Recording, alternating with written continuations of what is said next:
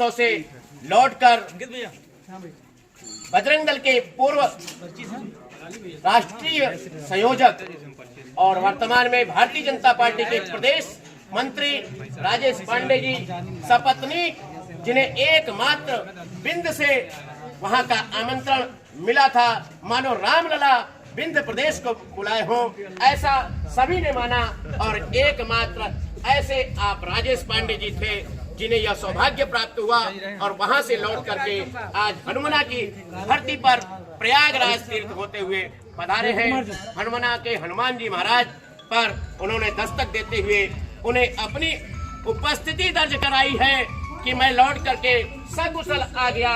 इस अवसर पर हम हनुमाना के नगर वासियों ने उनका जिस प्रकार से गर्मजोशी से स्वागत किया, मानो साक्षात राम जी ही और सीता जी ही हनुमाना में पधारे हों।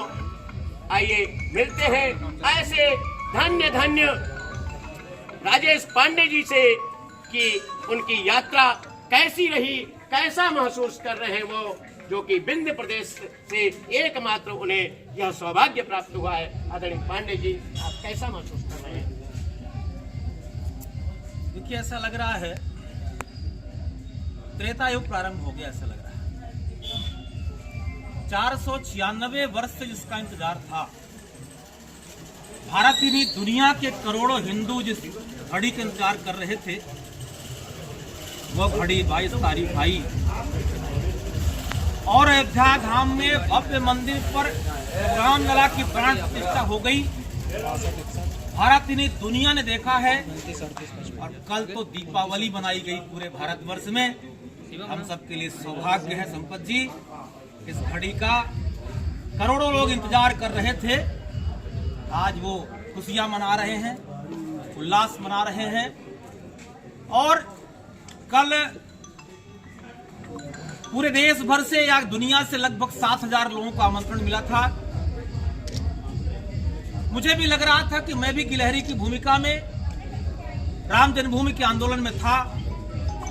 वो सौभाग्य मुझे भी प्राप्त हुआ और मैं सपत्नी कल जब राम जन्मभूमि के उस प्रांगण में बैठा था, भारत के यशस्वी प्रधानमंत्री माननीय नरेंद्र मोदी जी जब प्राण प्रतिष्ठा कर रहे थे, तब संपत जी वो याद आ रहा था वो दिन जब श्रद्धेय अशोक पीठ में लाठियां लग रही थी, जब हेलीकॉप्टर से पुष्प वर्षा हो रही थी, तो लग रहा था भगवान राम का साक्षात कृपा हो रही है सबके ऊपर।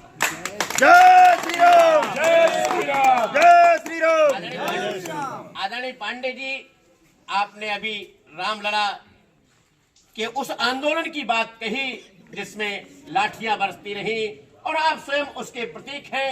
यह वह धरा है जहां से अनेक कार सेवकों ने वहां भाग लिया था और ऐसे कार सेवक जो अगर झुके न होते हमारे चाचा महावीर जी, तो शायद वह गोली इन्हें लगी होती, वह गोली दूसरे को लग गई।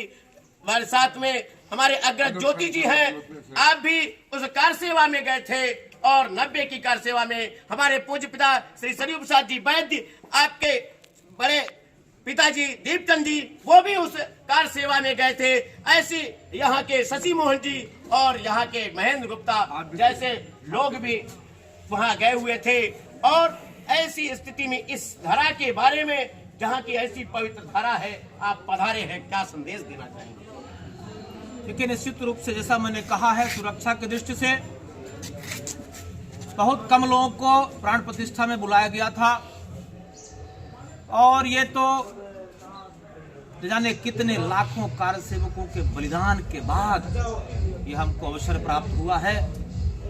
और मुझे ये पता था इतनी बड़ी संख्या में हनुमाना से लोग कार्य सेवा में गए थे, इसलिए हम अयोध्या से सबसे पहले हनुमाना ही आए हैं सबको प्रणाम करने के लिए। आपको यह भी बता दें कि यह वह धरती है जहां से समूचे मध्य प्रदेश में रास बिहारी पांडे, जो विश्व हिंदू परिषद के वर्तमान में पूर्णकालिक कार्यकर्ता है, भमरहा के पंडित रमाशंकर जी के नाती हैं, उन्हें भी यह सौभाग्य प्राप्त है, जो कि वर्तमान में अभी अयोध्या में ही है और पूरी पूजा में, पूरी प्राण प्रतिष्ठा महोत्सव में वो अंदर रहे। यह हनुमाना की धरती का सौभाग्य है, यह भिंड की धरा का सौभाग्य है कि ये दोनों ही प्रतिभाएं, यह दोनों ही तपोमूर्ति जिन्हें यह सौभाग्य प्राप्त हुआ है कि वो यहाँ से रामलला के साक्षात नजदीक पहुंच करके उनके दर्शन ही नहीं, उनके पूरी प्राण प्रतिष्ठा महोत्सव में विभिन्न कार्यक्रमों में सहभागी हैं। संपत दास गुप्त। मैं संपत जी अयोध्या से आकर के हनुमाना में सबको निमंत्रण दे रहा हूं कि अब 25 के बाद आप सब लोग प्रभु रामलला के दर्शन कर सकते हैं।